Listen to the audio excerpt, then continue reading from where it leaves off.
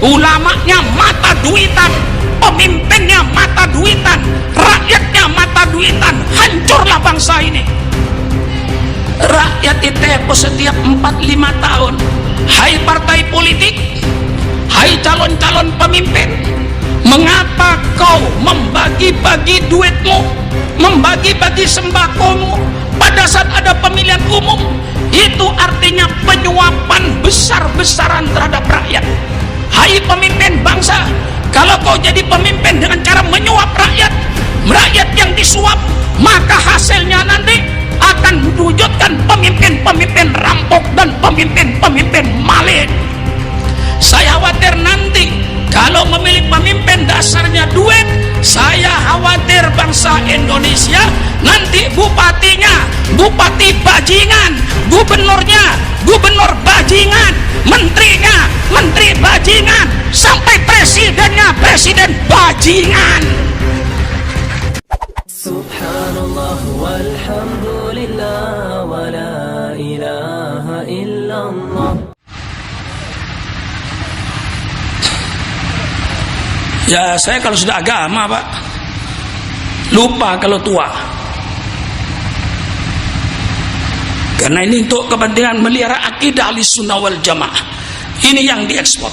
Oleh sebab itu santri, yang kau hadapi masa depanmu sangat berat kalau kau tidak diisi dengan ilmu-ilmu akidah yang benar, tidak diisi dengan ilmu Islam yang benar.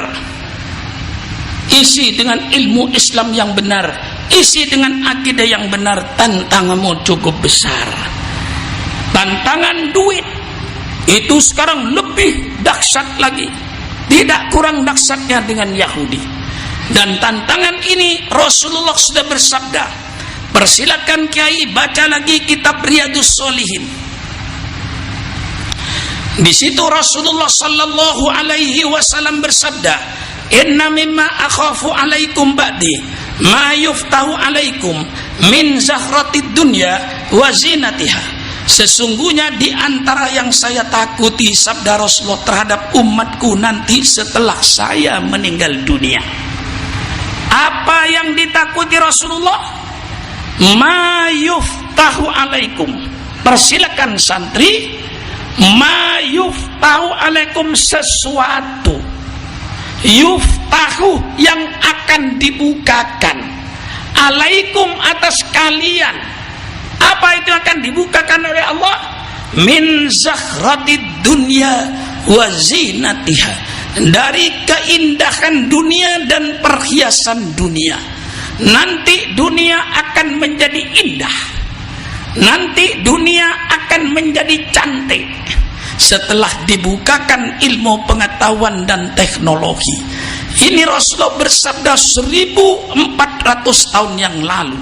Wa ma yantiqu anil hawa in huwa illa wahyu yuha. Rasulullah tidak berbicara berdasarkan nafsunya, tapi semua kata dan huruf yang keluar dari lidahnya yang mulia Rasulullah sallallahu alaihi wasallam pasti dilatar belakangi oleh wahyu. Maka itu fatwanya Rasulullah sabda pasti benar, karena bimbingan wahyu. Berbicara 1400 tahun yang lalu, sekarang Sukron Makmun yang merasakan keindahan dunia. Sampang sekarang bukan Sampang 40 tahun yang lalu, Surabaya sekarang bukan Surabaya 40 tahun yang lalu. Sekarang sudah dirubah oleh ilmu pengetahuan dan teknologi. Ada Suramadu, Tasik, Kebayu Geledek. Dan nanti akan disambung itu, Jawa akan disambung dengan Sumatera, nanti Jawa Timur akan disambung dengan Bali, sambung menyambung. Itu sudah menjadi program pemerintah. Nah, di tengah-tengah kemajuan teknologi sangat berbahaya. Karena apa? Nanti manusia yang asalnya dia berdasarkan hukum agama, akhirnya nanti kata Kiai Sol tadi, akan terjadi pergeseran nilai. Nilai-nilai agama akan tergeser. akan menjadi manusia yang mata duitan. Muridnya mata duitan, gurunya mata duitan, pemimpinnya mata duitan, rakyatnya mata duitan, kiainya mata duitan. Hancurlah bangsa ini. Ya, sampai sekarang coba tanya sama rakyat, ini Pak, ada pemilihan umum, Bapak milih yang mana? Rakyat jawab, pokoknya Pak, yang ngasih duit saya pilih. Ini penghancuran mental bangsa Indonesia. Bangsa Indonesia mentalnya hancur. Ulamanya mata duitan, pemimpinnya mata duitan, rakyatnya mata duitan. Hancurlah bangsa ini. Dan apa yang akan terjadi nanti 10 tahun yang akan datang? Kalau rakyat milih pemimpin bukan berdasarkan sidik, amanat, tabligh, fatonah, rakyat memilih pemimpin asal berdasarkan duit, saya khawatir nanti pada suatu saat ada bajingan yang duitnya triliunan, kemudian bajingan tuh mencalonkan bupati, mencalonkan gubernur, mencalonkan menteri, mencalonkan presiden. Apa yang akan terjadi nanti bangsa Indonesia? Saya khawatir nanti kalau memilih pemimpin dasarnya duit, saya khawatir bangsa Indonesia nanti bupatinya bupati bajingan, gubernurnya gubernur bajingan, menterinya menteri bajingan, sampai presidennya presiden bajingan. Habis-habisan saya untuk menyelamatkan bangsa ini. Saya tidak tega bangsanya ditipu. Bu, pola dekik pada pemilu boleh Bu. Rakyat ditipu setiap 4-5 tahun. Hai partai politik, hai calon-calon pemimpin, mengapa kau membagi-bagi duitmu, membagi-bagi sembakomu pada saat ada pemilihan umum? Itu artinya penyuapan besar-besaran terhadap rakyat. Hai pemimpin bangsa, kalau kau jadi pemimpin dengan cara menyuap rakyat, rakyat yang disuap, maka hasilnya nanti akan mewujudkan pemimpin-pemimpin rampok dan pemimpin-pemimpin maling.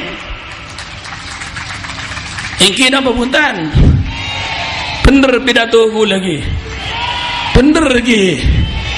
Mohon bener torok ji, pele secocok ke Atene ji, membeda calon bupati pele secocok ke Atena, mon abri pes abri sembako lah kalah so sampian ji, orang aja pele, ngiding kau penga, membeda senuntut, bulan aile abri pes pas tak milih, nuntut Sukran Makmun pengacara, biar bukan sarjana hukum. Jangan main-main, rakyat sudah ditipu oleh pemimpin bertahun-tahun dengan janji-janji. Kalau ketika pemilu janjinya 1000 janji yang tidak dipenuhi, kemudian rakyat hanya ditipu dengan sembako, dengan duit 50.000 supaya dia jadi pemimpin. Inilah perbuatan yang tidak benar. Kalau caranya sudah nggak benar, pasti hasilnya tidak benar. Ini kayak kikir gula, kayak nggak beritahu ke sampean malah uning, ke sampean hidung-gedung. Iki terus hidung-gedung nggak boleh. Toreh, lah ini saudara yang kita hadapi. Maka santri-santri sebagai generasi Islam, kau di pesantren tekun belajar. Gali api Islam, nyalakan api Islam di seluruh kepulauan Nusantara, biar terang dengan syariat Islam. Ini yang menjadi garapan kita semua. Kita sudah subhanallah, Belandanya diusir Bu, Belandana lamole kapi kabengkona, mosoni binin tinggi lamba belantah bedendang matura pu Kula orang-orang tua kita berjuang pukang kui ngusir Belanda. Ropana Belanda na mulai ka nagarana. Ni binin mulai ka materana. Cuma ropana rokai tina ng sampang. Ni budin make Belanda na mulai lamba siya talanaan ni kabu lamba. Reng bini Belanda bu. Saya nyonya cowboy saya ngangon karpuy ng Meksiko kasa. Lambat sing aku rok panda buk nyonya Belanda buk yang kena buatan samangken buk benih nyonya Belanda buk nyonya gelis nyonya nyuates kelampin yangku lebih parah lagi Belanda na yusir hokoma yangkui kahu ape kitab undang-undang hukum pidana adalah warisan Belanda yang 60 tahun kita pakai, tapi nyatanya KUHP gagal. Dengan adanya KUHP, koruptor merajalela, sogok menyogok merajalela, maksiat merajalela, perzinan merajalela, pergaulan bebas merajalela. KUHP tidak berwibawa. Betul? Betul?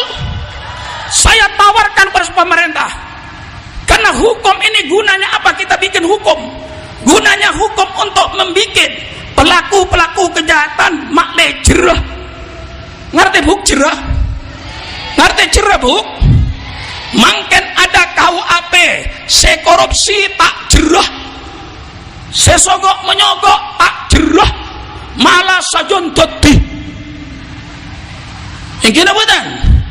Sia zina sajon dadi, sebuk mabuan sajon dadi, narkoba sajon dadi, KUHP na bodoh, tapi maksiat sajon dadi.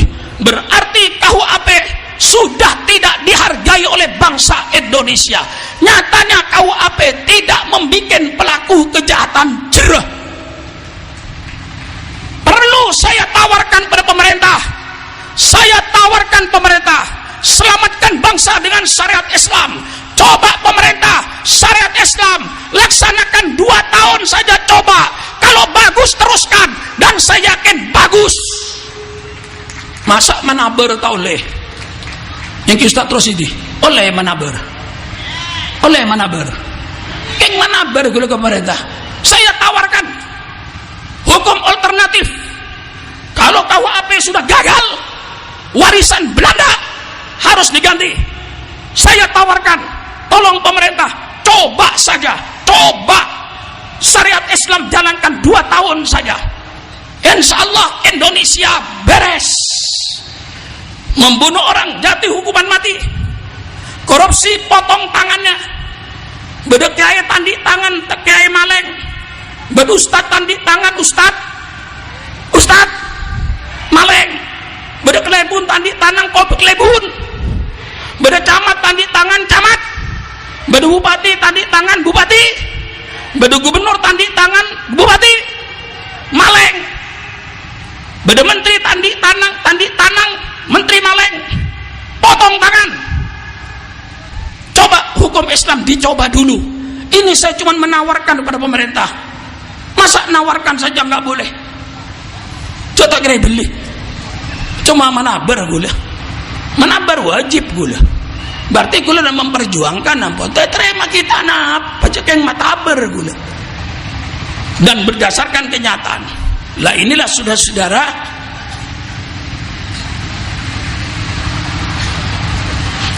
Ya, lupa saya ini kalau saya pidato, Pak. Padahal oleh dokter saya, Bu.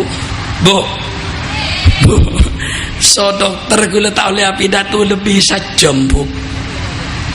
Ban so dokter gula soro mena pidato ni ka soro on laonan. Soro tojo kayak pidato on laonan, cok sampai pidato nada tinggi. Dan dokter jaga jantungnya. Karena gula ni kan jantung gula lagi beroperasi, Bu.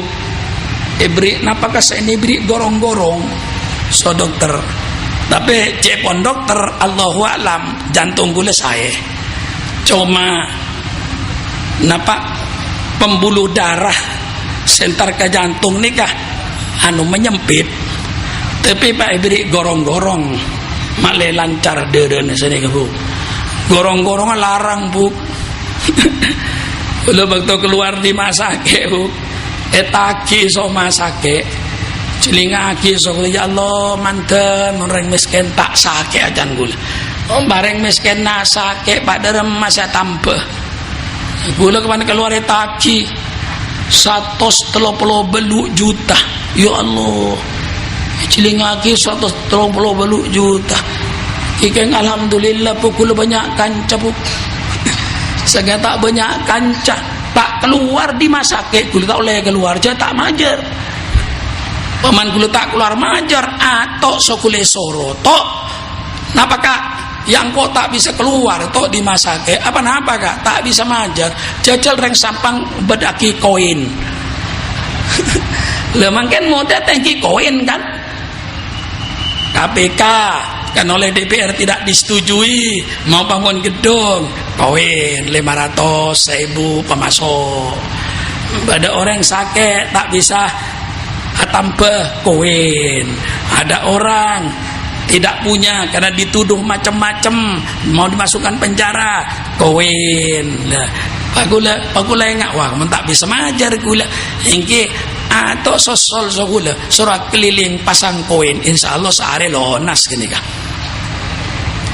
lo gini kah mangken nih kah. Nah sudah tapi saya obat oleh dokter saya dianjurkan selama 2 tahun itu gula penari nih kebuk mentah lepil Bu penari istiqomah tahun yang tobeng pada siang pada sekulaku pada semalam ni keponare loleh belum bulan lebih ampun Bu janjinya dokter 1 tahun gula naber bagaimana kalau 1 tahun ya sudahlah Pak Kiai nanti kalau 1 tahun kelihatannya bagus ya sudahlah nggak usah 2 tahun karena pilnya mahal pil mahal kini kepuk cek kebelia tempe oleh ngerasa keranjung.